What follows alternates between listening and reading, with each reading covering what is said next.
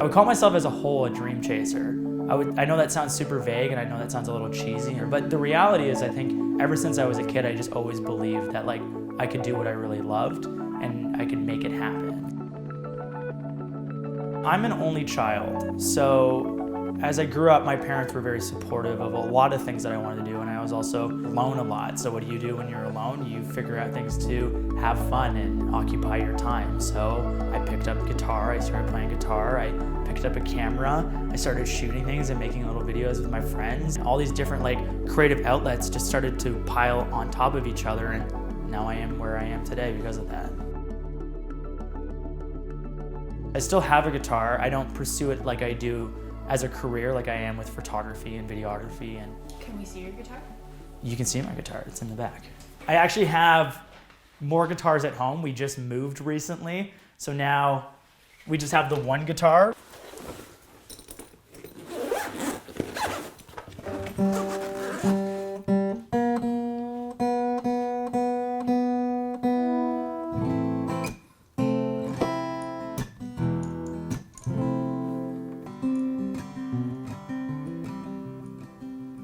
I feel like I got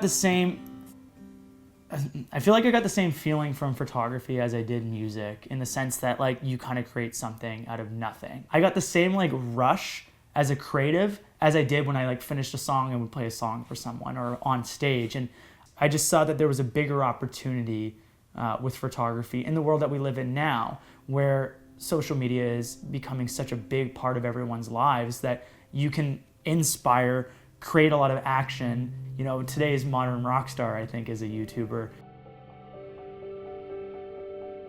I own a company with my fiance called Know How Media. We mainly focus on video, but that's expanded over the years. I think it started with video. It started specifically with government video, but that kind of grew.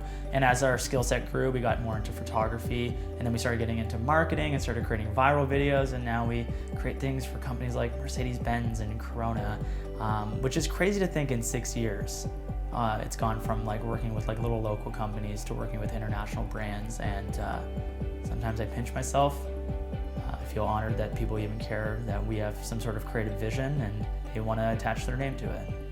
Right now, my favorite things to work on are projects that have some sort of like meaningful impact, whether it was promoting a place that we'd really love to go to, or gave back to the community and raised awareness and actually made a difference in saving lives, which is crazy. That's one of the projects we were just working on with Adobe, and giving back and getting people to donate blood, which was cool. So to be in this position right now, that is a content creator and some sort of online presence that has a following, to use that to do good things, that's what excites me.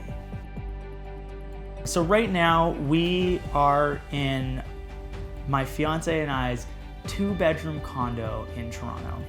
And for a lot of people, it'll be like, that's exciting. But for us, I think it was extra exciting and extra meaningful, because sitting in this place and looking at it and being like, all the photos, all the videos that I've made and that we've made together as a couple and as a company has led us to the point where we're sitting here right now in this little box in the sky. And I am just like overwhelmed by that.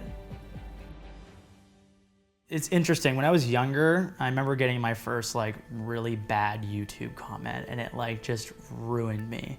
I was like, oh no. They made a comment about my singing. I think it was probably somebody I went to school with that commented on it, and it really hurt. But as you go through it, and the more years you spend on a platform and the more years you spend as a creative, you realize that whatever you make is not going to make everybody happy. So I always have this saying for people when they're like, well, how do you deal with the criticism? If you brought a report card home and you showed your parents and you were like, look at this report card, I got 98%. They wouldn't be mad at you. You wouldn't be mad at yourself. You'd be like, this is amazing. So why would you focus on the 2% that, you know, is considered wrong or bad or is the criticism? Look at everything as a whole. Everything is actually quite great. Focus on the positive comments and take that inspiration in and go and make your next thing. I don't want to just like sit here and tell you like, yes, you should be a photographer, you should be a videographer. I think strip all those things away. If you feel like that's your calling, yes, pursue it. But just pay attention to what makes you happy when you're doing it. Be as self-aware as you possibly can be whatever activity that you're doing. So maybe that's accounting, maybe that's driving a boat, maybe it's taking a photo. Whatever that is, pay attention to what really makes you happy in that moment and pursue that more. And there's gonna be tough roads. I've failed so many times in this industry, like over and over again. I've had clients be completely upset with a product. I've had times where cameras break. I've had things be the most stressful situation it possibly can be. But you have to push through, because the highs that I get from taking an amazing photo or making an incredible video is what I'm constantly chasing at the end of the day. That just to make things, that's what makes me happy. That's ultimately what makes me happy. So, you know, push through that learning curve to the point where you really love what you're doing most of the time.